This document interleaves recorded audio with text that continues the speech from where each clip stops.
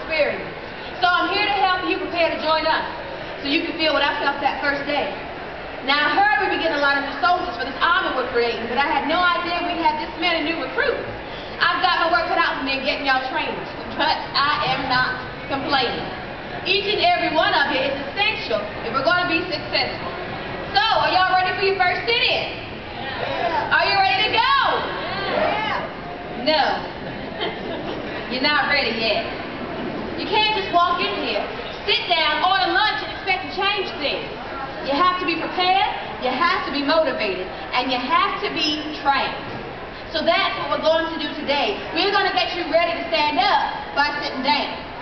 We're going to get you ready to be as active, aggressive, and as powerful as you have ever been, and may ever be, all by being passive and nonviolent. So, why do we need all of you? Can anyone tell me what happened at this lunch counter just a few weeks ago? Now, I know someone knows it was in all the newspapers.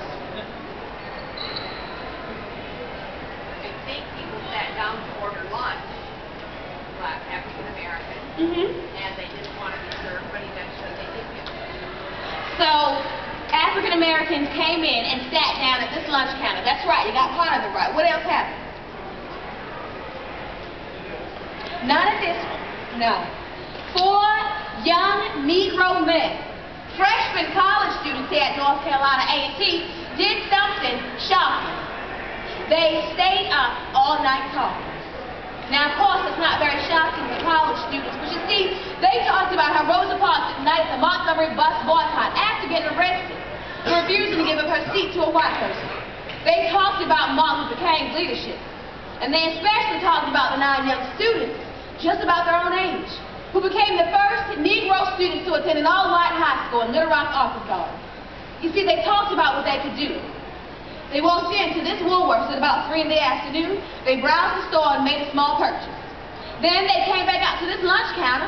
They quietly sat down and politely asked to be served.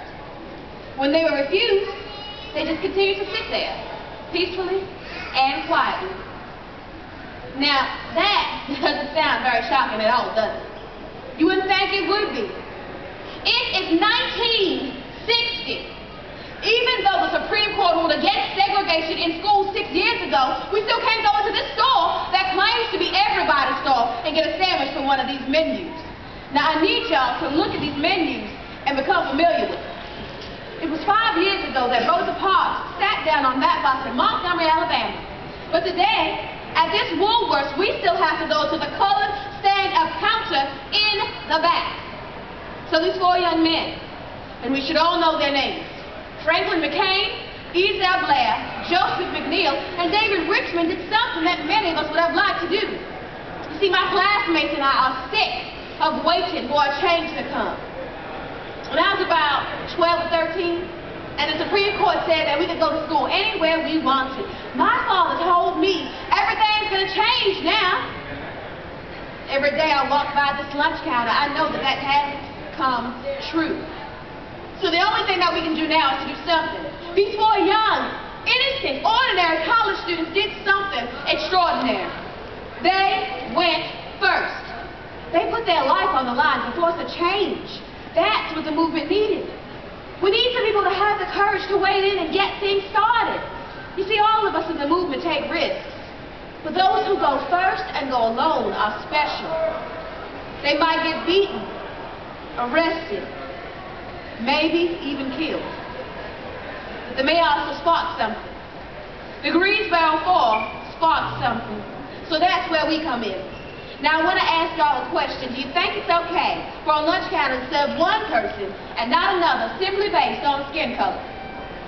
No. Alright, that's about 4 or 5 people, and there's at least 30 of y'all here.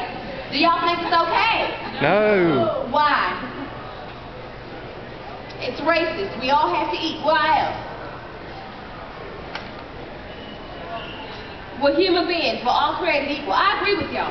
But you see, there are some people who believe a business owner has the right to choose to serve or not serve anyone they wish.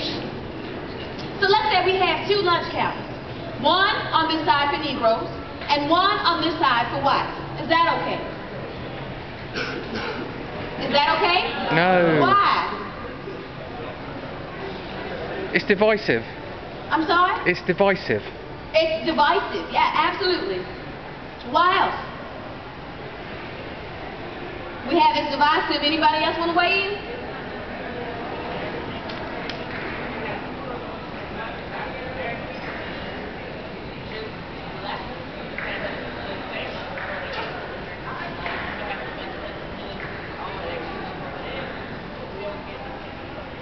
So you're saying that just because there's two separate counters, it doesn't mean that everything's going to be equal. I agree. Let's say at this lunch counter, we have the same food, the same beverages. We even have twin waitresses. We're just segregated. Is that okay with y'all? No. Well, why?